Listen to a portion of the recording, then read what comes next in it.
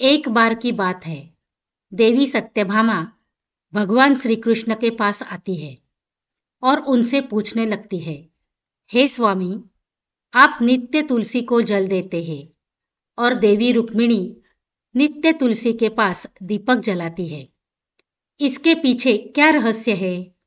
कृपया आप मुझे तुलसी को जल देने और तुलसी के पास दीपक जलाने का महत्व सुनाइए। भगवान श्री कृष्ण कहते हैं, हे देवी सत्यभामा, तुमने अत्यंत महत्वपूर्ण प्रश्न किया है। देवी तुलसी लक्ष्मी का ही अवतार है। देवी तुलसी भगवान विष्णु को अत्यंत प्रिय है, इसलिए यह मुझे भी सबसे अधिक प्रिय है। मासों में कार्तिक और वनस्पतियों में मुझे तुलसी प्रिय है। जो भी मनुष्य तुलसी को जल देता है, उस पर मेरी कृपा सदैव बनी रहती है। जो भी मुझे तुलसी पत्र डालकर भोग चढ़ाता है, मैं उसे प्रेम से स्वीकार करता हूं। तुलसी पत्र के बिना मैं किसी भी प्रकार का भोग स्वीकार नहीं करता हूं। हे देवी, अब मैं तुम्हें तुलसी को जल देने और तुलसी के पास दीपक जलाने का महत्व सुनाता हूं। इसलिए तुम इस कथा को ध्यान से सुनो। जो भी स्त्री इस कथा को ध्यान से पूरा सुनती है, वह सदा सुहागन रहती है। उसके घर में सुख समृद्धि आती है और दरिद्रता का नाश होता है। देवी सत्यभामा कहती है, हे स्वामी, मैं इस कथा को ध्यान से पूरा सुनूंगी।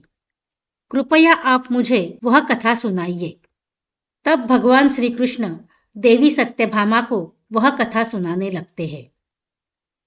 भगवान श्री कृष्ण कहते हैं, हे देवी, मध्य देश में आनंद त्रिपाठी नाम का एक वैश्य अपनी पत्नी के साथ रहा करता था। वैश्य के पास किसी चीज की कोई कमी नहीं थी। ईश्वर की कृपा से उसके पास सब प्रकार के सुख ऐश्वर्य थे, किंतु उस वैश्य की कोई संतान नहीं थी, जिस कारण से वह सदैव ही दुखी रहा करता था। उसे वैद्य ने संतान प्राप्ति के लिए कई उपाय बताए। उसने दान धर्म किया, अनेक प्रकार के वैद्य भी बुलाए, उनसे नाना प्रकार के उपचार भी किया, किंतु फिर भी उसे कोई संतान नहीं हो रही थी। फिर एक दिन वह वैश्य महामुनि वशिष्ठ जी से मिलने के लिए उनके आश्रम पर जाता है। मुनि वशिष्ठ आनंद त्रिपाठी का स्वागत करते हैं और कुशल मंगल पूछते हैं। तब वह आनंद त्रिपाठी मुनि वशिष्ठ जी से कहता है, हे मुनिवर, मैं अत्यंत दुखी हूं।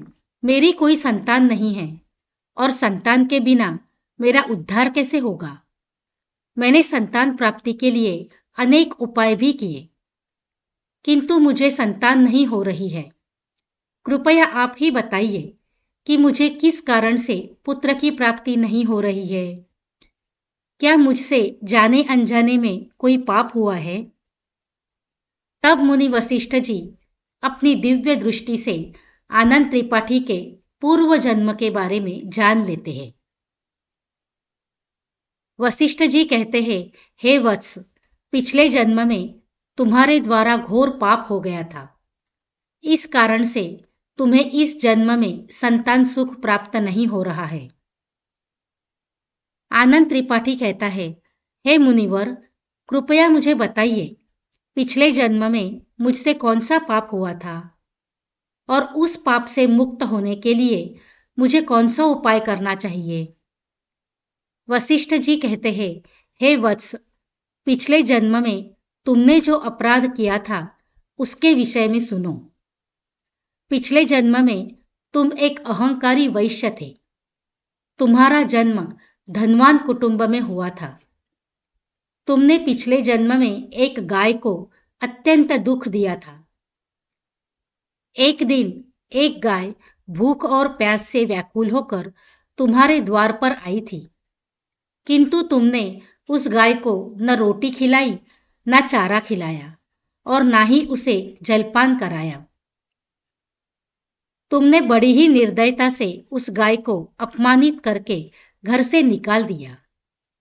उस गाय ने अभी अभी बछड़े को जन्म दिया हुआ था और भूख से व्याकुल होने के कारण वह गाय वहीं पर मूर्छित होकर गिर पड़ी और उस दिन वह अपने बछड़े को दूध नहीं पिला पाई। इसलिए उस गाय ने तुम्हें श्राप दे दिया था। उस गाय के श्राप के कारण तुम्हारी ऐसी दुर्दशा हुई है। उस गाय के श्राप के कारण ही तुम्हें इस जन्म में संतान नहीं हो रही है। वशिष्ठ जी की बात सुनकर उस आनंद त्रिपाठी को बड़ा दुख हुआ और वह स्वयं को कोसते हुए कहने लगा, यह मैंने क्या किया? एक बेचारी दुखी गोमाता की सेवा नहीं की। मैंने बहुत बड़ा अपराध किया है और उसी का दंड मुझे भोगना पड़ रहा है। आनंद त्रिपाठी वशिष्ठ जी से कहता है, हे मुनिवर, मुझसे बहुत बड़ा अपराध हुआ है। अब मैं उस पाप का प्रायश्चित्त कैसे करूं? कृपया आप ही मुझे मार्गदर्शन कीजिए। मैंने जो पाप किया है उससे मुक्ति का कोई तो उपाय अवश्य होगा। मैं अपना सब कुछ देकर उस पाप का प्रायश्चित्त करूंगा। कृपया आप ही कोई उपाय बताइए। मुझे संतान प्राप्ति कैसे हो सकती है? क्योंकि शास्त्र कहते हैं पुत्र के बिना मनुष्य का उद्धार नहीं हो सकता। तब मुनि वशिष्ठ कहते हैं, हे वत्स, इस पाप का एक ही उपाय है। तुम पुत्र प्राप्ति के लिए पुत्रेष्ठ यज्ञ करो। इसी यज्ञ के फलस्वरूप तुम्हें संतान की प्राप्ति होगी। इस यज्ञ को संपन्न करके तुम ब्राह्मण को भोजन कराओ, वस्त्र और गाय का दान करो, तभी तुम्हें इस पाप से मुक्ति मिलेगी। तब आनंद त्रिपाठी वशिष्ठ जी को धन्यवाद देते हुए कहता है, हे मुनिवर, आपका कोटि कोटि धन्यवाद। मैं आपके कहे अनुसार अवश्य ही पुत्रेष्ठ यज्ञ करूंगा और ब्राह्मणों को गायों का दान करूंगा। इतना कहकर वह आनंद त्रिपाठी शीघ्रता से अपने घर पर लौट जाता है और अपनी पत्नी को सारी हकीकत सुनाता है। फिर वे दोनों ही पुत्रेष्ठ यज्ञ की तैयारी करते हैं। अनेक ऋषि मुनियों को निमंत्रण देकर वह आनंद त्रिपाठी पुत्रेष्ठ यज्ञ संपन्न करता है और उन ऋषि मुनियों तथा ब्राह्मणों को गाय का दान करता है। यज्ञ के संपन्न होने के पश्चात यज्ञ की आग से अग्निदेव प्रकट होते हैं और उस आनंद त्रिपाठी से कहते हैं, हे आनंद त्रिपाठी, आज तुम्हारा यज्ञ सफल हुआ है। तुमने पुत्र प्राप्ति के लिए यह यज्ञ किया था, इसलिए तुम्हें मेरी कृपा से एक पुत्र की प्राप्ति होगी। किंतु तुम्हारे पुत्र की आयु केवल 18 वर्ष की ही होगी और 18 वर्ष समाप्त हो जाने के पश्चात तुम्हारे पुत्र की मृत्यु हो जाएगी। इतना कहकर अग्निदेव अंतर्धान हो जाते हैं। पुत्रेष्ठ यज्ञ करके और अग्निदेव से पुत्र का वरदान प्राप्त करके वह आनंद त्रिपाठी बहुत प्रसन्न तो हुआ, किंतु उसे बड़ा दुख भी हुआ। उसने सोचा, पुत्र न होने से अच्छा है कम आयु वाला पुत्र ही ठीक है। फिर वह पहले की तरह अपने कार्य में लगा रहा। कुछ ही दिनों के पश्चात उसकी पत्नी ने गर्भ धारण किया। आनंद त्रिपाठी ने पुत्र के जन्म से पूर्व किए जाने वाले सभी संस्कार किए और फिर उसे एक अत्यंत सुंदर पुत्र की प्राप्ति हुई। वह बालक बड़ा ही तेजस्वी दिखाई पड़ रहा था।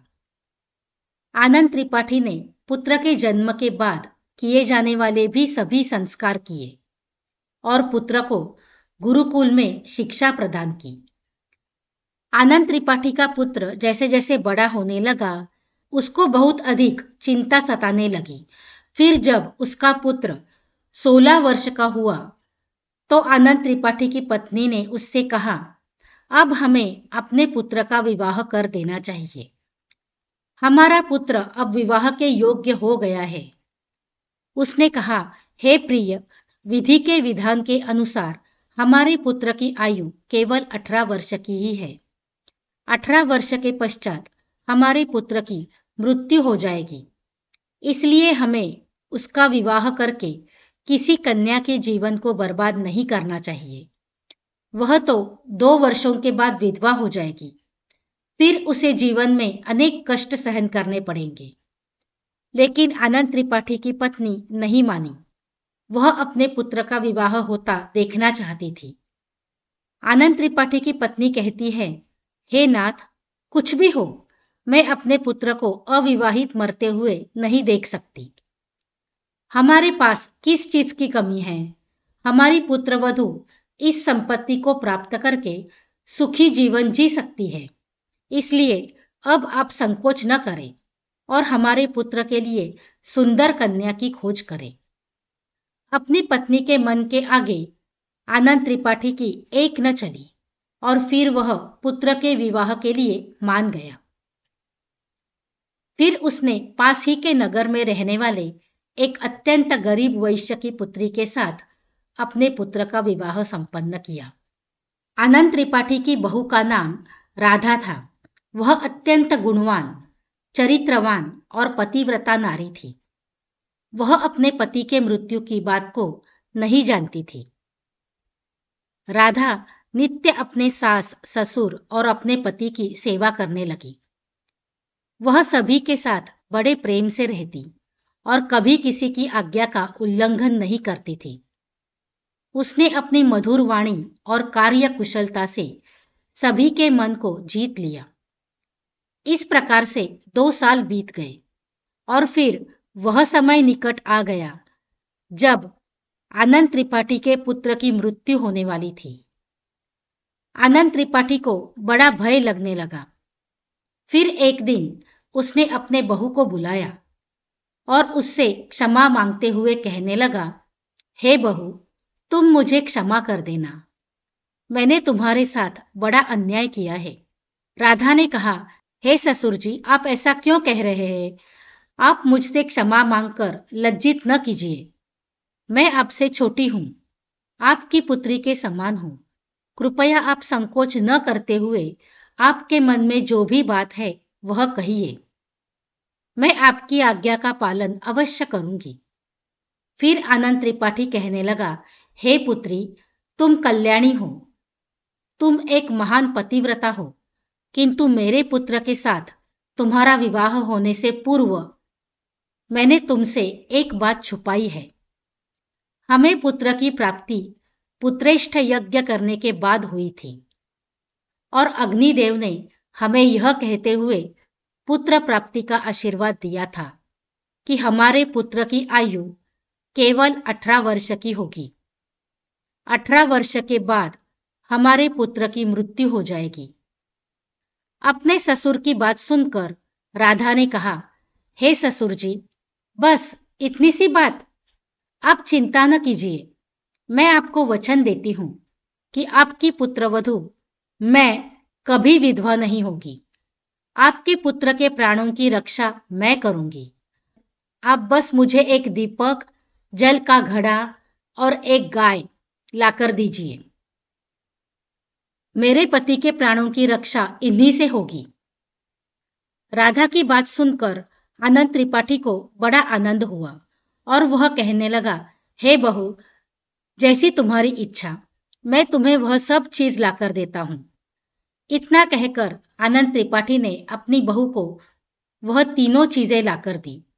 फिर जब वह दिन निकट आ गया जिस दिन राधा के पति की मृत्यु होने वाली थी, उस दिन राधा ने सुबह उठते ही तुलसी को जल चढ़ाया और उसे प्रणाम करते हुए तुलसी के पौधे पर एक चुनरी बांध दी और तुलसी माता से प्रार्थना की, हे तुलसी माँ, मैं आपको चुनरी चढ़ा रही हूं। कृपया अब तुम ही मेरी सुहाग की रक्षा करना।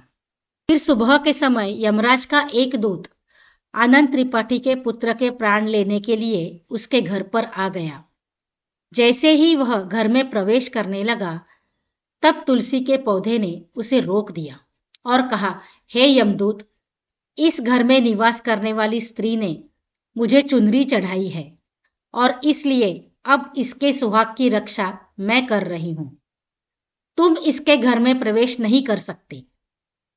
इतना कहकर तुलसी ने यमराज के उस दूत को घर में आने से रोक दिया। वह दूत भयभीत होकर राधा के पति के प्राण लिए बगैर ही यमपुरी लौट गया। यमपुरी में जाकर उसने यमराज से कहा, हे धर्मराज, मैं धरती लोक पर एक पुरुष के प्राण लेने के लिए गया था, किंतु तुलसी के पौधे ने मेरा रास्ता रोका। उस तुलसी के पौधे के कारण मैं घर में प्रवेश नहीं कर पा रहा हूं। इस बात पर यमराज को बड़ा क्रोध आ गया। फिर उन्होंने अन्य 2 दूतों को बुलाया और कहा, तुम अब शाम के समय राधा के घर पर जाओ। जब तुलसी का पौधा सो रहा होगा, तुम उसके पति के प्राण लेकर यमलोक आ जाओ। फिर शाम के समय यमराज के 2 दूत राधा के घर की ओर निकल पड़े। राधा ने शाम होते ही तुलसी के पास एक दीपक जला दिया और उससे प्रार्थना की, हे दीपक, अब तुम ही मेरे पति के प्राणों की रक्षा करो। यमराज के दूत मेरे पति के प्राण लेने के लिए आ रहे हैं। फिर शाम हो गई। तुलसी का पौधा सो गया और यमराज के 2 दूत राधा के घर के सामने आकर खड़े हो गए और सोचने लगे, अब तो इस मनुष्य के प्राण लेकर ही हम यमपुरी लौटेंगे। जैसे ही यम के दूत राधा के घर में प्रवेश करने लगे, तुलसी के पास लगाए हुए दीपक ने उनका रास्ता रोक दिया और कहा, हे दूतों, तुम अब इस राधा के पति के प्राण नहीं ले जा सकते। उस स्त्री ने मुझे प्रज्वलित करके उसके पति के प्राणों की रक्षा करने की प्रार्थना की है, इसलिए अब मैं उसके पति के प्राणों की रक्षा कर रही हूं। तुम आज इसके पति के प्राण नहीं ले जा सकते। तुम यहीं से लौट जाओ, नहीं तो मैं सब कुछ जलाकर भस्म कर दूंगी और मेरी अग्नि में तुम दोनों भी जलकर भस्म हो जाओगे। उस दीपक की बात सुनकर यमराज के दोनों दूत अत्यंत भयभीत हो गए और फिर से लौटकर यमराज के पास चले गए। वहां पर जाकर उन्होंने यमराज को सारा वृत्तांत सुनाते हुए कहा, हे यमराज, आपकी आज्ञा का पालन करते हुए हम दोनों शाम के समय उस पुरुष के प्राण लेने के लिए गए थे, किंतु तुलसी के पास लगाए हुए दीपक ने हमारा रास्ता रोक दिया, इसीलिए हम खाली हाथ ही लौट आए हैं। यह सुनकर यमराज को बड़ा क्रोध आ गया। फिर उन्होंने अन्य 4 दूतों को बुलाया और कहा, अब तुम सुबह उस राधा के जागने से पहले जाओ और उसके पति के प्राण लेकर आ जाओ। यमराज की आज्ञा पाकर दूत सुबह राधा के घर की तरफ जाने लगे, लेकिन इधर राधा ने रात को ही घर के दरवाजे के सामने जल से भरा हुआ लोटा रख दिया और उससे प्रार्थना की, मेरे पति की रक्षा कीजिए। यम के 2 दूत मेरे पति के प्राण लेने के लिए आ रहे हैं। अब आप ही मेरे सुहाग की रक्षा कर सकते हैं। इतना कहकर वह राधा सोने के लिए चली गई।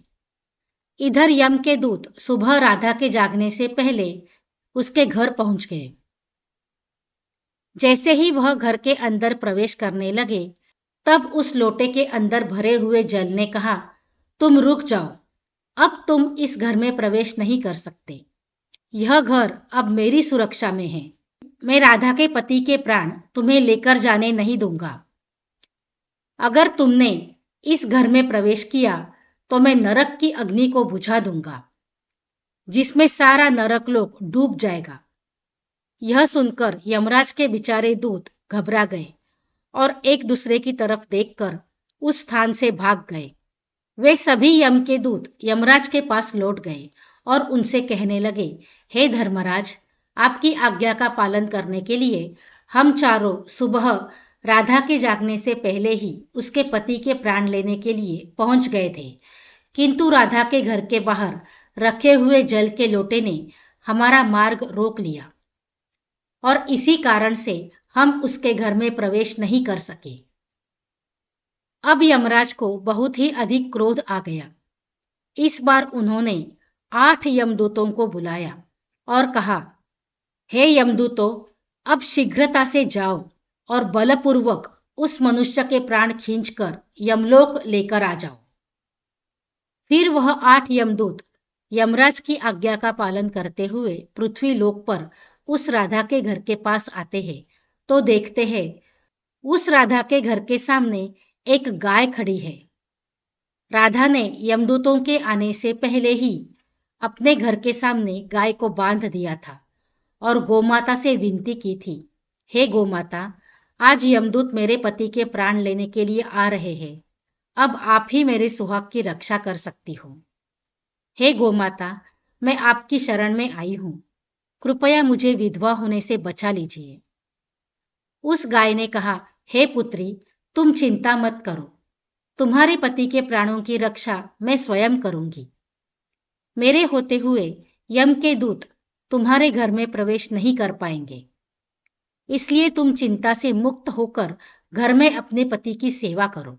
फिर जैसे ही वे यमदूत घर के अंदर प्रवेश करने के लिए आगे बढ़ते हैं, तब वह गाय उन्हें रोक देती है और कहती है, इस घर में तुम लोग प्रवेश नहीं कर सकते। इस घर की रक्षा मैं कर रही हूं। मेरे रहते कोई भी इस घर के अंदर प्रवेश नहीं कर सकता। यदि तुमने घर के अंदर प्रवेश करने का प्रयत्न किया तो मैं तुम सभी को श्राप दे दूंगी। अगर तुम्हें इस घर के अंदर प्रवेश करना है तो तुम्हें पहले मेरे प्राण लेने पड़ेंगे और तुम सभी को गो हत्या का पाप लगेगा, जिसका कोई प्रायश्चित्त नहीं है। वहां पर उपस्थित सभी यमदूत गाय के द्वारा श्राप देने की बात सुनकर भयभीत हो गए। वे जानते थे कि गाय के द्वारा दिए गए श्राप से कोई मुक्त नहीं कर सकता और गोहत्या तो संसार का सबसे जघन्य अपराध और महापाप है, जिसका कोई प्रायश्चित्त भी नहीं है। इसलिए वे सभी वहां से लौटकर यमराज के पास चले गए। यमपुरी जाकर उन यमदूतों ने यमराज को सारा वृत्तांत सुनाते हुए कहा, हे धर्मराज, उस राधा के पति के प्राणों की रक्षा एक गाय कर रही है। उस गाय ने हमें श्राप देने की बात कही, इसीलिए हम सभी भयभीत होकर वापस लौट आए हैं। हम में गाय का सामना करने की शक्ति नहीं है। उन यमदूतों की बात सुनकर यमराज आग बबूला हो गए और स्वयं भैंस पर सवार होकर पृथ्वी लोक की ओर निकल पड़े। यमराज अपने भैंस पर सवार होकर उस राधा के घर के पास चले आते हैं। यमराज को अपने घर के सामने खड़ा हुआ देखकर राधा भयभीत हो जाती है और जल्दी से आकर यमराज के चरण स्पर्श करके उन्हें नमस्कार करती है और उनकी स्तुति करने लगती है। हे यमराज, आप तो तीनों लोकों के प्राणियों पर कृपा करने वाले महान देवता हैं। इस संसार के समस्त प्राणियों के पाप और पुण्य का लेखा जोखा आप अपने पास रखते हैं। हे न्याय के देवता धर्मराज, मैं सत्य धर्म का पालन करने वाली पतिव्रता स्त्री हूं। मैं आपको बारंबार नमस्कार करती हूं। कृपया मुझे आशीर्वाद दीजिए।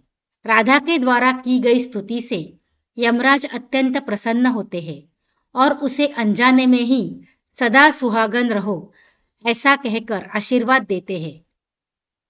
फिर जब यमराज राधा के पति के प्राण ले जाने के लिए आगे बढ़ते हैं तो राधा कहती है, हे धर्मराज, आपने अभी मुझे सदा सुहागन रहने का आशीर्वाद दिया है और अब आप मेरे पति के प्राण लेने जा रहे हैं।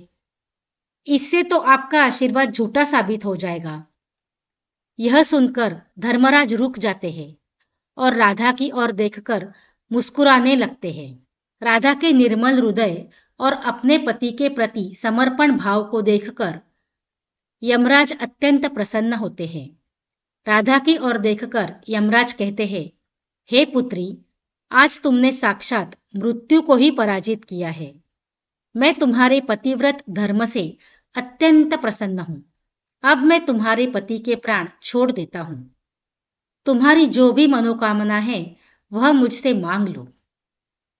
तब राधा ने कहा, हे धर्मराज, मैं अपने पति के लिए 100 वर्ष की आयु मांगती हूं। मेरे लिए मेरे पति ही परमेश्वर है। मैं अपने पति को छोड़कर जीवित नहीं रह सकती। इसीलिए आप मुझे यही वरदान दीजिए। तब यमराज प्रसन्न होकर कहते हैं, तथास्तु। हे कल्याणी, आज से जो भी स्त्री अपने घर के सामने तुलसी का पौधा लगाती है, तुलसी के पास शाम को दीपक जलाती है, जिस घर के सामने गाय बंधी होती है और जो स्त्री अपने घर के सामने जल का लोटा रखती है, उसके घर में कभी मेरे दूत प्रवेश नहीं करेंगे। इतना कहकर यमराज उस स्थान से अंतर्धान हो जाते हैं। भगवान श्री कृष्ण कहते हैं, हे देवी, इस प्रकार से उस राधा ने अपने पतिव्रता धर्म का पालन करके उसकी मृत्यु को टाल दिया था। इसलिए जो भी स्त्री अपने घर के सामने तुलसी का पौधा लगाती है, रोज शाम को तुलसी के पास दीपक जलाती है, उसके घर में मृत्यु प्रवेश नहीं करती है। जिस घर के सामने गाय बंधी होती है, उस घर में कभी दुख दरिद्रता नहीं आती है। जो स्त्री अपने घर के सामने जल से भरा हुआ लोटा रखती है, उसके घर में कभी शोक नहीं होता है। तो दोस्तों, इस प्रकार से भगवान श्री कृष्ण ने देवी सत्यभामा को तुलसी के पास दीपक जलाने का महत्व सुनाया। जय श्री कृष्ण।